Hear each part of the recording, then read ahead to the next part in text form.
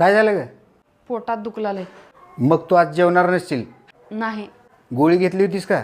होय, खाल्ली होती की. काय झालं, जेवण बनवणार नाही का? तुम्ही पण जेवणार नाही का? जेवण ऑर्डर केलोय, येईलच आता. होय का? कुठं चाललेस आता? तेवढे भांडे धुते की. तुम्ही जेवण कशात करणार? राहू दे, जेवणासोबत यूज अँड थ्रोचे ताटं पण मागवलोय.